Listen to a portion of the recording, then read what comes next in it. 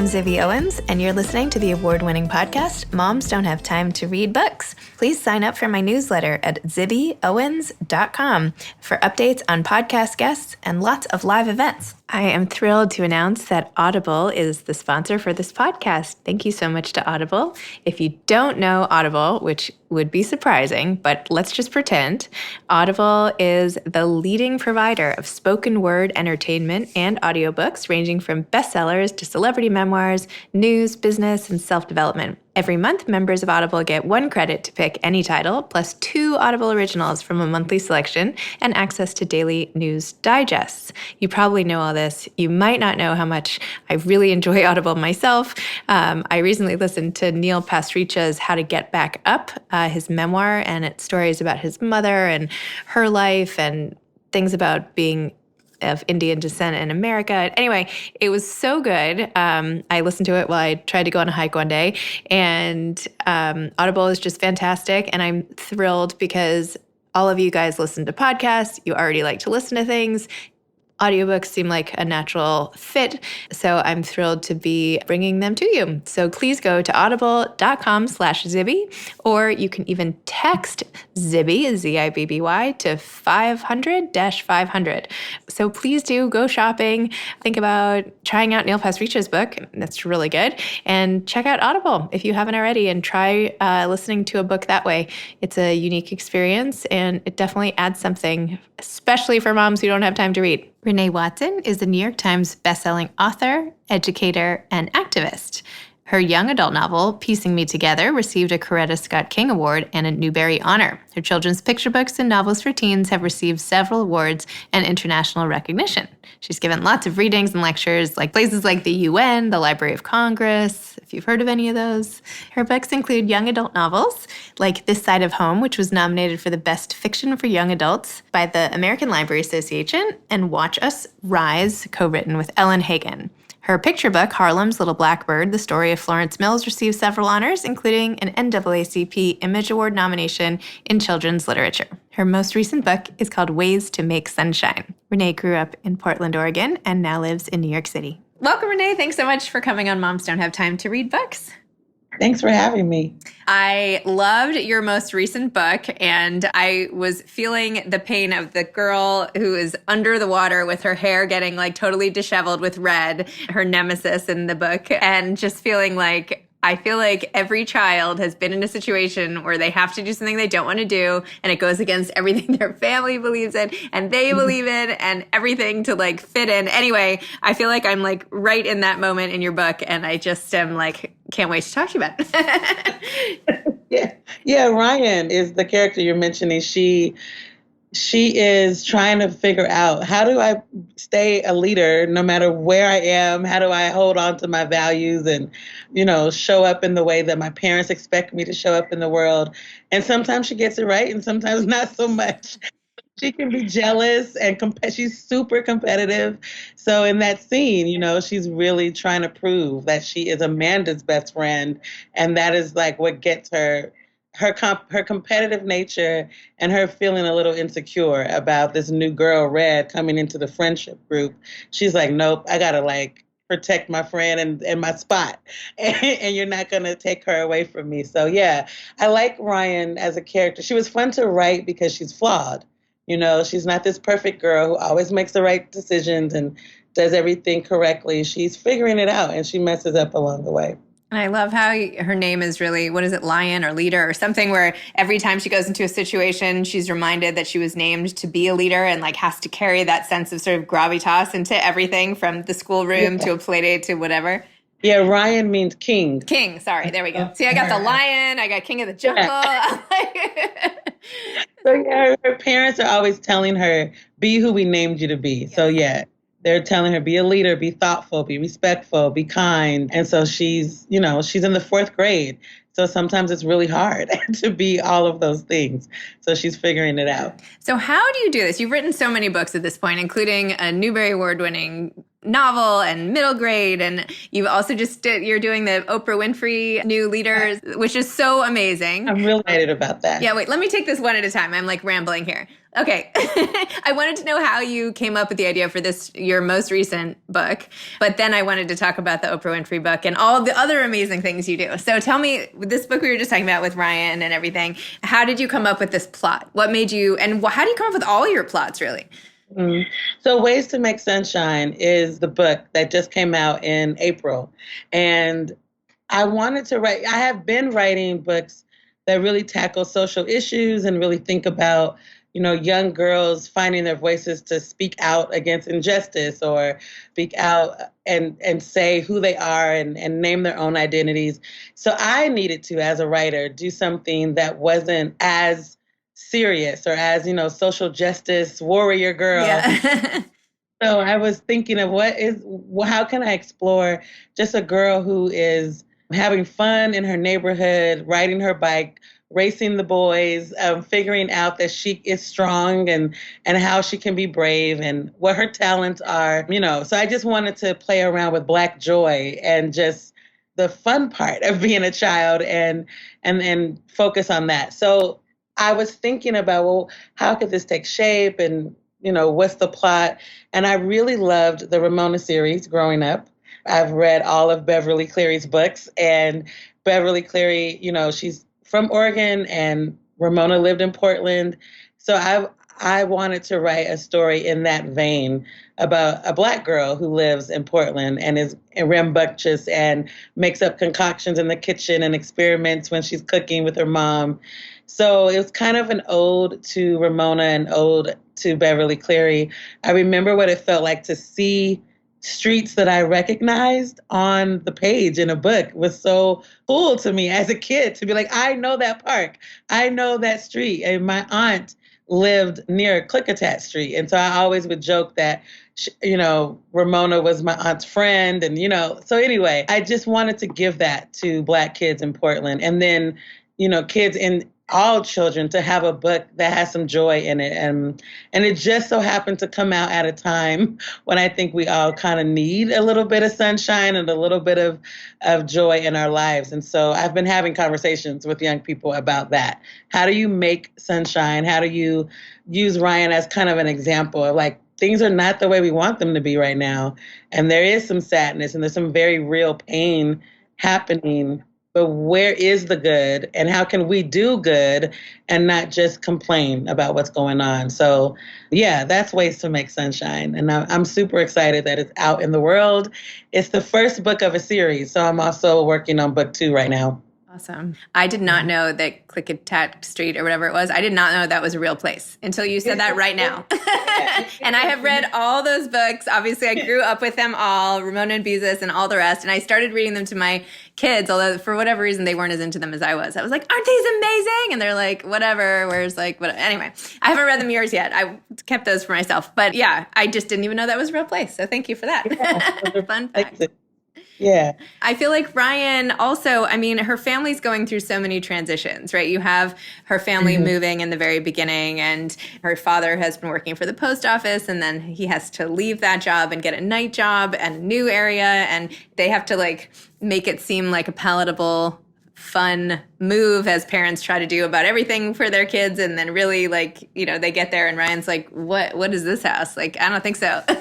And then you have her sort of get into it and like pull out the step stool that she finds and realize, you know what, in any house, I can be whoever I am. It's not about where I live. It's about my family. And that's so true. I feel like right now, everybody feels like so displaced or just like their regular lives are completely disrupted like Ryan's was. And you have to figure out what's important, which is really like family and who you are. So I feel like it's such a timely message. Thank you. Yeah, change is really hard. It's hard for adults. So let alone a young person who doesn't have a lot of power to make decisions or really do the things that they might want to do. So I wanted to think about how does a young person deal with a changing world and things that are out of their control. So like you mentioned, her father loses a job, they have to downsize, they lose one of their cars, it changes the family dynamic. He's the one who normally takes them to school. That can't happen anymore. All these things that from a child's perspective feels so big and so life-changing. And I think sometimes adults, rightfully so, I mean, we have to think of the big picture, bills and all the other kinds of things that parents are thinking about. And so I feel like it's my responsibility as a writer who writes books for young people is to put them at the center and think about their feelings and emotions while the adults are having to deal with the big picture stuff.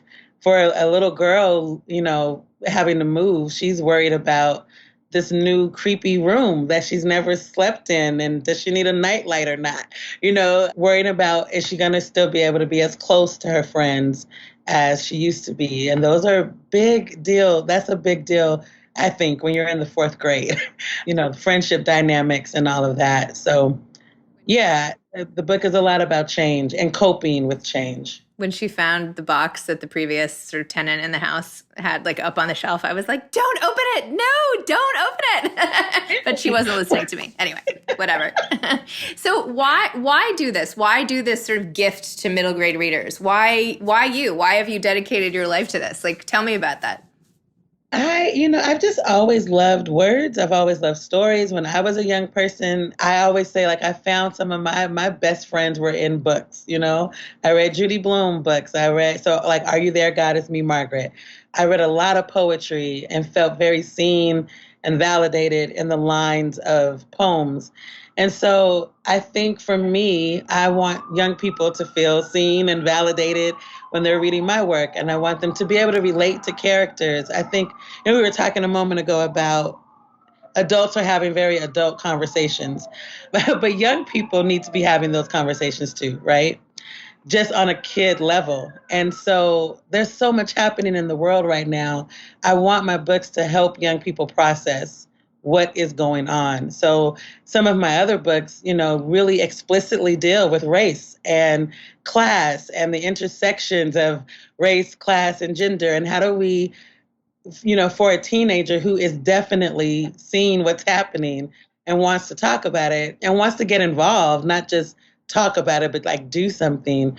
I see literature as as one of the ways that we can engage young people in conversations. It's a safe space because you can talk about the characters. You don't have to kind of reveal your stuff yet. And so, yeah, I think I've dedicated my life to that because I had that as a child. I had teachers and, of course, my mother who gave me books and gave me journals and told me to write my story and always were asking me, what do you have to say? What do you think about what's going on? And so I don't know any other way to be. I feel like it just kind of feels like a calling, like a second nature to me, is to process things through art and art making. And so for me, my art form is the written word. And I love how on Instagram you posted when you were on the bestseller list on Mother's Day, how you said something like to your mom that like, could you, all those books she gave you, and could you two have imagined that after all that, look where you would be on Mother's Day? That's so amazing. It was I couldn't have planned that better, right? To have it like come out on Mother's Day and be in the paper was the beautiful review was so. Oh, that's what it was. It was, yeah. Thoughtful review. Sorry. Yes.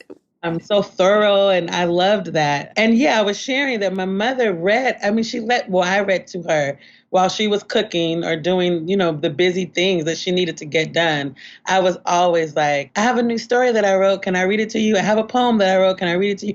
We'd be in the car. I'm in the back seat. Can I read? She's going to turn down the music. Okay, Renee. I'm sure my siblings were so annoyed and tired of me with my stories and wanting them to be characters. I would also put on like plays and act out some of the things that I wrote. But she always fanned the flame and never like told me, enough with your stories, enough with your poems. Yeah, she encouraged me. And I think I know that that's a big part of why I'm a writer, is because like I didn't see writers who looked like me, but I knew that I could be one because my mother encouraged me and believed in me. And that's another reason why I write. I go to schools a lot. I do a ton of school visits and try to meet as many young people as I can so that they can see, one, that writers are alive and living. And a lot of times in schools we study, dead poets and writers. So it's nice, I think, for them to see like this person is a contemporary author making a living off of their words. And if they want to do that, that they could do that too. That's amazing. Well, maybe you'll be doing a lot more like virtual school visits in the fall. And Yeah. I'm currently in a panic about what all my kids are doing for the fall. So who knows what's happening, but I know so much. we'll see. So let's go back to, it's so funny because I follow Jill Santopolo, who was on my podcast for her books. And then she posted about how she was so excited to announce this whole series. And then like I went to, and then I'm like scrolling and I'm like, and you wrote one of those books. So explain the whole story. I feel like I'm getting all my facts and words mixed up today. So you say exactly what the series is and how you got involved in it. So Chelsea Clinton, she wrote a picture book called She Persisted. And in that picture book, it features very short bios of women who persisted and overcame and, fought for justice or used their voices or their talents to be great citizens of our world. And so it's a beautiful picture book. And now they have taken those women and they want to have chapter books for a little older audience. And so they reached out to 12 women to write these 12 stories. And I am writing Oprah's biography. So it'll be out. My book, all of the series, the first book comes out in January of 2021. And then each month of the year, a new book will be out. And so mine does not come out until December. It's the last one. Oh, no. Wild away. But there is such an amazing lineup of the women who we are writing about and also the authors that Chelsea reached out to and selected. I'm very honored to be a part of the project, and I'm writing alongside some of my friends, writers that I admire and respect. And so it really does feel like a sisterhood in this very real way. And sometimes, projects can be manipulated and made and marketed in a way, but this is a very authentic, like we are in it together in real life. Like I know Kekla, I know Meg Medina, I know these authors, and we are having conversations about what it means to write for young girls, what it means to write a girl character and want everyone to read it, not just girls, like that conversation of how do we teach our boys to respect women and respect women's voices.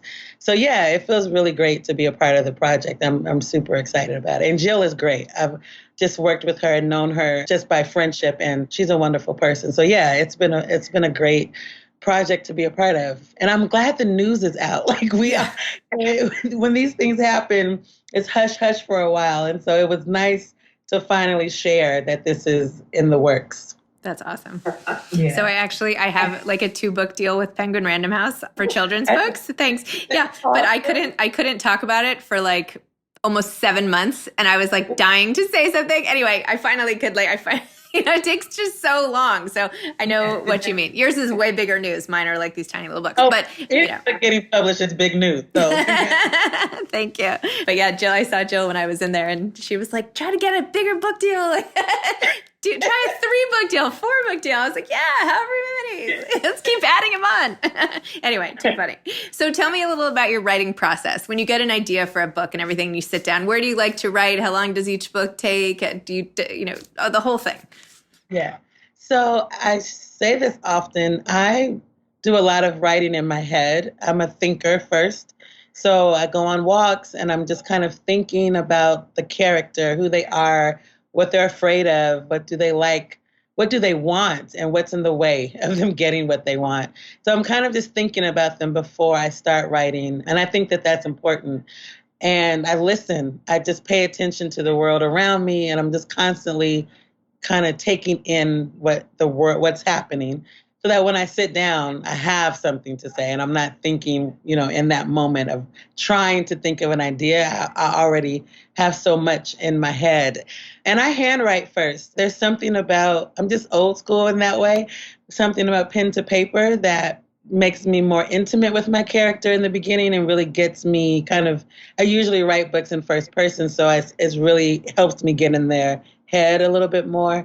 And then once I feel like I have, okay, something's here and I know who this character is, then I'll start typing it out. And, I don't handwrite the whole novel. So I'll work on it and get it to about 60 pages. And then I print it out, read it. And then I'm like, okay, this is this is something, and what needs to happen next, what needs to happen before these 60 pages. And that's when I kind of start crafting out the fuller story. But I'm messy when I write. I'll write a scene and there will be parts in it that's in parentheses and says something needs to happen here, or conversation about, well, whatever. And then I'll keep going just so that I can get it out. And then when I have a full story, I can go back and really layer it and, fine tune it and be a writer. I feel like in the beginning, I'm more of a storyteller. I'm just kind of getting the story out and I'm not paying attention to craft as much. But as I draft, then I really, really, hone in on how do I want to tell this story? What's the best beginning, first paragraph and all of that kind of stuff. And I like to write, at this point in my career, I have to just write anywhere. So I've learned how to write in airports and hotels and all kinds of noisy places. But my preference is a coffee shop or my home office. And I have my favorite coffee places. And I don't even drink coffee. I'm a tea person. But I have my places that I love to go in different cities. And I usually have a playlist that coincides with the novel in some way, like a soundtrack, so that I'm in that world. And so I put my headphones on and I just work for a few hours. There's something about being out where there are people, but also being by yourself. Writing is so isolating anyway. And so I like to be out and about because I could really just stay in all day for like weeks and weeks and weeks if I'm working on a project. And for me, that's not healthy. So I need to be around people, but I'm in my own world with my headphones. So I kind of get the best of both worlds of being the introvert and having to write, but also being out and seeing people.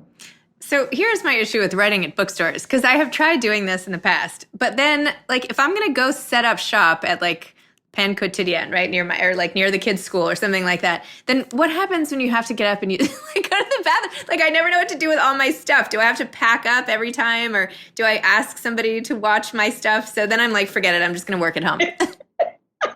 Yeah, it depends. I definitely have some places that I feel like are writer friendly. So there's kind of a code where we're all working. So yeah, you give the, do you mind? And then I'm going to go and you're next, trade off kind of thing. And then, yeah, if I don't know the place, I will pack up my stuff. Usually I don't have a lot. I really just have my laptop and my phone out on the table. So it's easier to bring that with me. When I'm revising, so that's writing. I write out in public. I create in public. When I am in the throes of revising and plot and storyboarding, and I have Post-it notes on the wall of all the scenes, I have to be at home. It's too, like you said, it's way too much stuff to try to take and then take over a whole table in a public space. And, I'm in New York, so there are not that many public spaces that actually have that kind of space.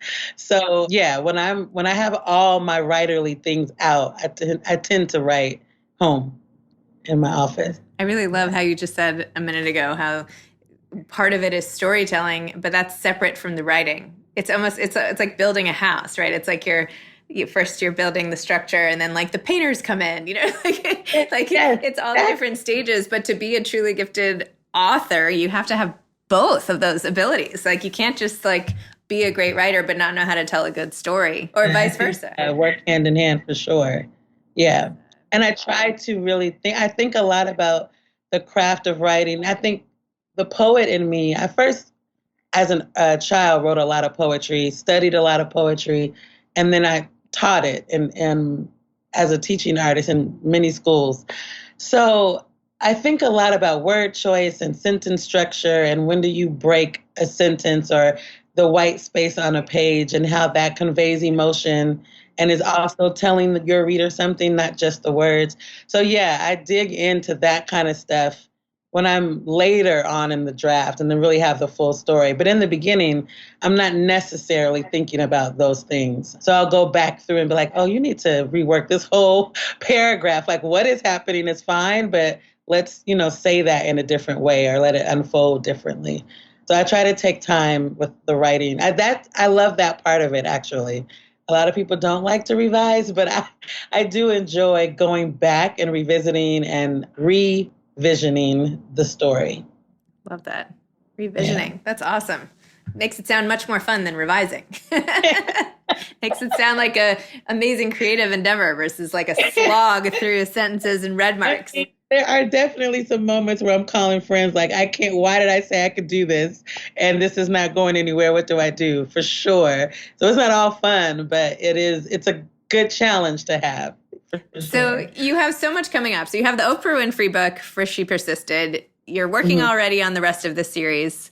Are you making any of these a movie? You must be. This must be like a whole big thing. That must be private conversation. I mean, there's nothing that I can share right now, but I'm definitely working on like wanting some of my books to be adapted. And even, I mean, at one point, I'm not doing this right now, but I would love to write just not a book that's being adapted, but just write a movie screenplay or a TV series. So yeah, I always say I'm a writer. Right now, I'm writing a lot of children's books, but I want to do adult fiction. I want to have a poetry collection. So we'll see what happens in the years to come. These coffee shops have to open soon. There is too much for you to do. It's been so interesting working in my space constantly now, right? As a person who does go out a lot to create. And in the beginning, it was really hard. I mean, for so many reasons. It was just, it felt like the world had been turned upside down. And emotionally, it was just hard to kind of process what was happening and also be on deadline for books and have to get things done. And then be in a space that I really hadn't been in a while creating. I had just come back from 2019 was a lot of touring and traveling for me. So I hadn't actually been home in a while. So it was so much that I had to just like take a moment. So those first few weeks of quarantine were really, really rough and nothing got done. And that's okay too. And I say that to writers all the time. Sometimes you can't, and that's okay. I still was paying attention, and I feel like whatever was happening emotionally for me will show up in the work, in future works, but it's also okay to just sit down and not feel like you have to create and push yourself to do. So while this has been really hard, and then of course all the protests and the resurgence of us having a national conversation about Black lives and all of that. It's just been a lot to be a part of and then also be creating during this time.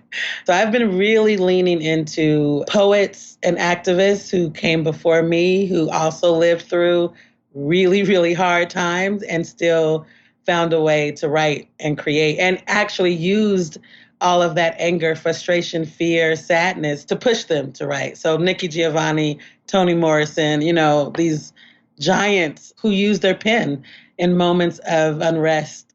And that's been encouraging me that like I can do this. There's so many people who have already done this and left me great examples. So I've been really, really reminding myself of that. It's amazing. I love that perspective. That was also great advice for aspiring authors, but I would like a little more. So what else would you say to an aspiring author, aside from that the time is not always right and you shouldn't feel like you have to do all the time. And, sometimes you just collect the information. You're not outputting it. It's more like the input stage. What else would you say to an aspiring author? So there's a couple of things that I think that are important. Obviously, reading is super important.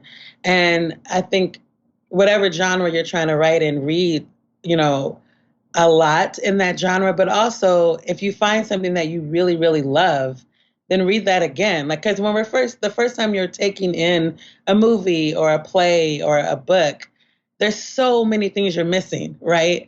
So if you love a book, I encourage people to go right back to the first page and then study that book and figure out what is this writer doing technically that is making me love this so much. Like, why did I keep turning the page? Why was I so engaged with these characters? And then figure out how to do that in your own work.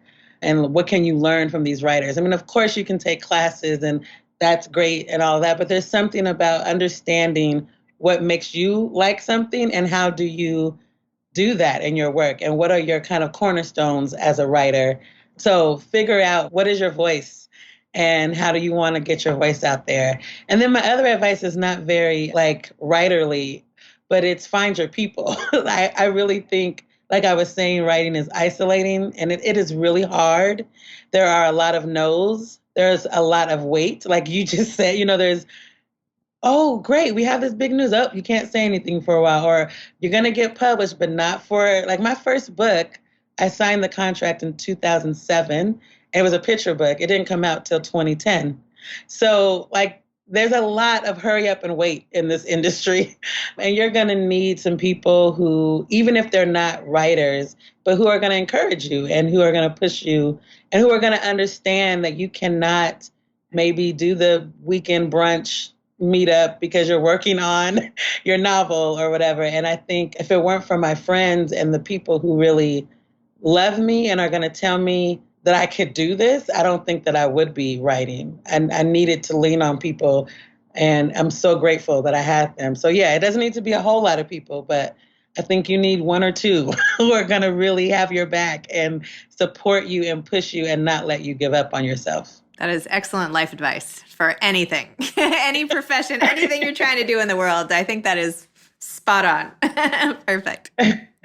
Well, Renée, thank you so much. This has been so nice. I'm sorry I felt like I was a bit scattered this morning with like not retrieving the right names and information. And so I'm sorry for that. But I really enjoyed your book and I'm such a fan of yours. And I can't wait to now follow and see all the amazing things you're going to do. So, oh, thank you. It's really nice to meet you. Thanks for having me. And congratulations again on your book. Oh, thank you. Yeah, maybe they'll come out in like 2026. Who knows? All right. Thanks so much, Renée. Thanks. Okay. Bye-bye. You've been listening to Moms Don't Have Time to Read Books with Zibby Owens. Please make sure to sign up for my newsletter at zibbyowens.com to get more updates about episodes like these and also lots of live events. Once again, today's episode has been sponsored by Audible. I'm so excited that Audible has been working with Moms Don't Have Time to Read Books to sponsor this episode. Audible.com/Zibby. Check it out. If you think you don't have time to read, listen.